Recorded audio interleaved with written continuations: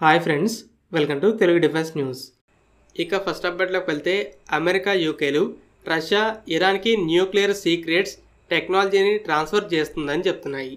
గత కొన్ని నెలలుగా ఇరాన్ అటామిక్ వెపన్స్ డెవలప్మెంట్లో రష్యా కోఆపరేషన్ని పెంచిందని చెప్తున్నాయి.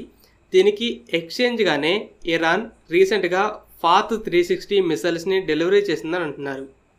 మీడియా రిపోర్ట్స్ని బట్టి 200 మిసైల్స్ని డెలివరీ చేయగా ఇవి 120 కిలోమీటర్ల దూరంలో దాడి చేయగలవు. అయితే ఈ చిన్న షిప్మెంట్, అది కూడా క్లోజ్ రేంజ్ బలిస్టిక్ మిసైల్స్కి న్యూక్లియర్ టెక్నాలజీని ఇవ్వడానికి ఛాన్సెస్ అనేవి చాలా తక్కువ. డ్రోన్స్ డీల్ ఇందులో భాగమై ఉండాలి, లేదా ఇరాన్ మరిన్ని మిసైల్స్ని డెలివరీ చేయడానికి ప్రిపేర్ అవుతూ ఉండాలి. ఇరాన్ అయితే అటామిక్ బాంబ్ని డెవలప్ చేయడానికి చాలా దగ్గరలో ఉంది.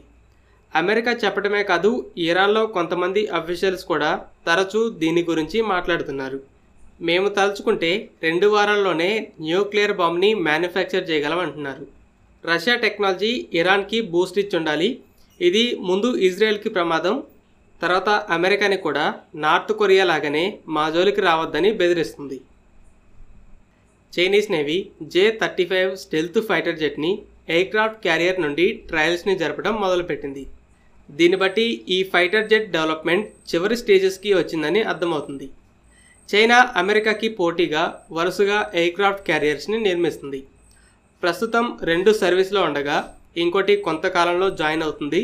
2035కి 6 ఎయిర్క్రాఫ్ట్ క్యారియర్స్ని ఆపరేట్ చేయాలని గోల్గా పెట్టుకుంది. అయితే చైనీస్ నేవీకి యుఎస్ నేవీ F-35 అనేది ఒక బిగ్ ఛాలెంజ్. అందుకే క్యారియర్ బేస్డ్ F-35 జెట్స్ని కౌంటర్ చేయడానికి ఈ J-35ని డెవలప్ చేస్తుంది. అలాగే ఇంటర్నేషనల్ మార్కెట్లో F-35కి డిమాండ్ ఇంకా పెరుగుతుంది కాబట్టి J-31 పేరుతో ఎయిర్ ఫోర్స్ వెర్షన్ని డెవలప్ చేస్తూ F-35కి చీప్ ఆల్టర్నేటివ్గా ఆఫర్ చేస్తుంది. దీన్ని పాకిస్తాన్ కొనబోతుంది. సౌదీ అరేబియా కూడా ఇంట్రెస్ట్ చూపిస్తుంది.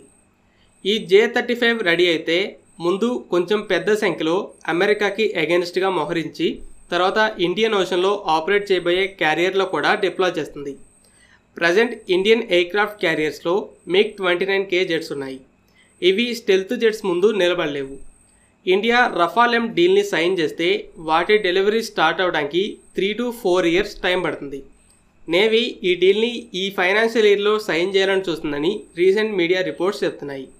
ఈ J-35 క్యారియర్ బేస్డ్ ట్రయల్స్ అనేవి ఇండియన్ నేవీ క్యారియర్ బేస్డ్ ఫ్లీట్ని మోడర్నైజ్ చేసుకోవాలని మెసేజ్ పంపుతుంది. ఈ 5th జనరేషన్ జెట్స్ని ఎదుర్కోవాలంటే కనీసం రఫాల్ లాంటి అడ్వాన్స్డ్ 4.5 జనరేషన్ జెట్స్ కావాలి.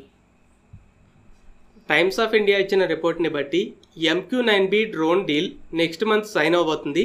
అయితే ముందు అనుకున్నట్టు టెక్నాలజీ ట్రాన్స్ఫర్ లేదు.